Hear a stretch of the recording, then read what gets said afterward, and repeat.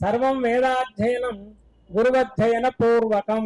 ఇక్కడ ఒక అనుమానం అంటే పక్ష సాధ్య హేతువులు ఉన్నాయి. ఇక్కడ వేదాధ్యయనం పక్షం, సర్వం వేదాధ్యయనం పక్షం, గురువధ్యయన పూర్వకత్వం అనేటటువంటిది సాధ్యం. వేదాధ్యయన అధునాధ్యయనం అనేటటువంటిది ఉదాహరణ హేతు ఈ విధంగా ఉన్నాయి. అంటే శాస్త్రములు అనేటటువంటివి అన్నీ కూడా కలిసి ఉంటాయి, అన్నీ రంగరించి ఉంటాయి. మీమాంసా శాస్త్రం మాట్లాడితే అక్కడ తర్కశాస్త్రంలో ఉండే విషయాలన్నీ ఉంటాయి, వ్యాకరణ శాస్త్రంలో ఉండే విషయాలన్నీ ఉంటాయి. ఈ విధంగా ఒక అనుమానం అనేటటువంటిది అంటే పక్షసాధ్యతలు కూడా ఇక్కడ మనం అవన్నీ కూడా దీంట్లో ఉన్నాయి ఈ శ్లోకంలో. అంటే ఏమిటంటే వేదాధ్యయనం అనేటటువంటిది సర్వం వేదాధ్యయనం గురువుచ్చారణ శిష్యానుచ్చారణ పూర్వకమైనటువంటిదే. ఎలాగా అంటే ఈనాటి అధ్యయనమే మనకు ప్రమాణము.